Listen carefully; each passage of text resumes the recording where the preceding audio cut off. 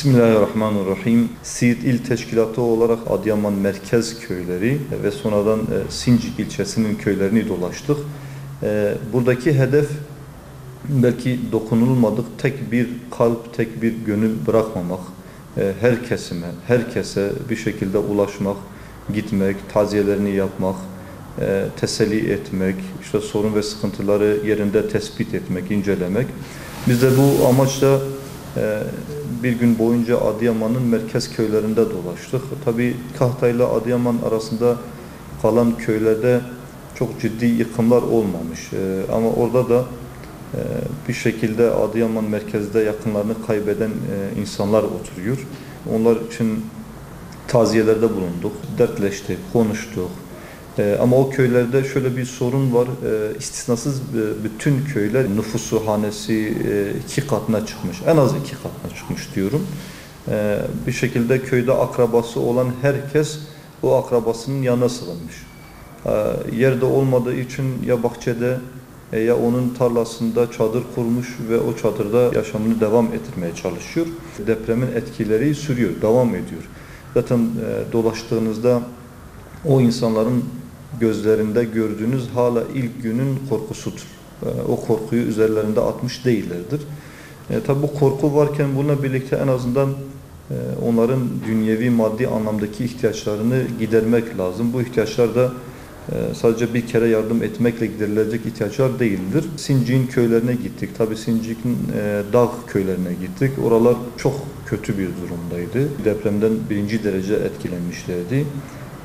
Cenazesi olmayan ev, enkazı olmayan köy yoktu. Özellikle bazı köyler çok daha kötüydü. Hem heyelan olmuş, kardan dolayı yollar kapanmış.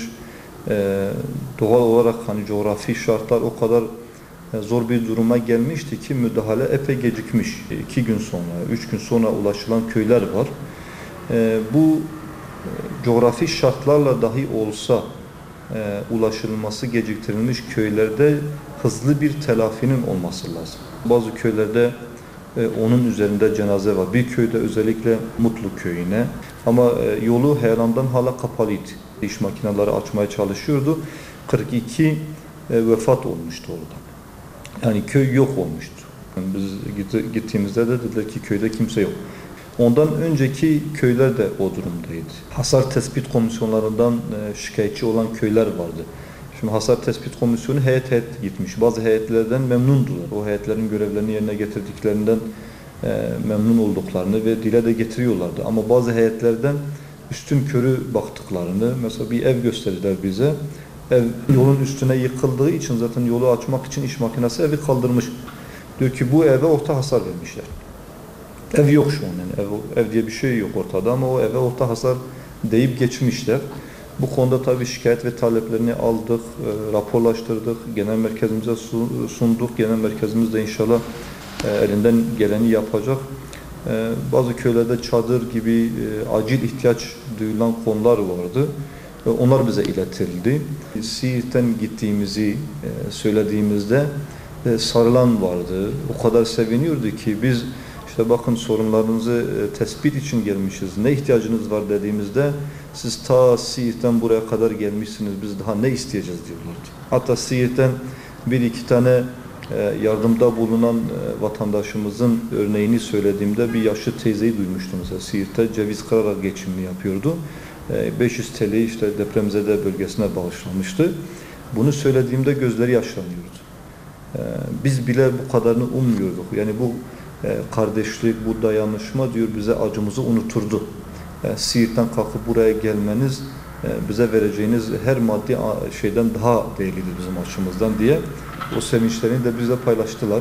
Temennimiz Rabbimizden bir daha memleketimize, ülkemize bunun gibi doğal afetlerin yaşanılmaması.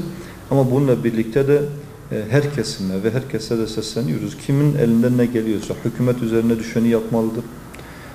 Evet, yaşanan deprem beklentilerin çok üstündeydi, üzerindeydi ama bu geçti. Bundan sonra en azından ne yapılması gerekiyorsa, ne ihtiyaç varsa bu hızlı bir şekilde yapılması lazım. Ve oralarda şunu gördüm, STK'lar çok büyük bir vizyon yüklenmişti.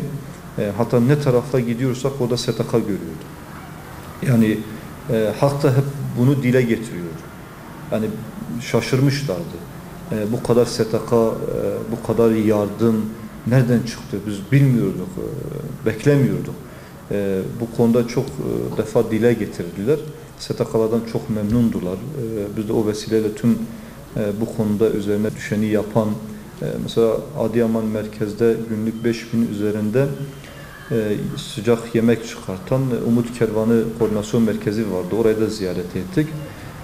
Çok yerde ondan bahsediyorlardı.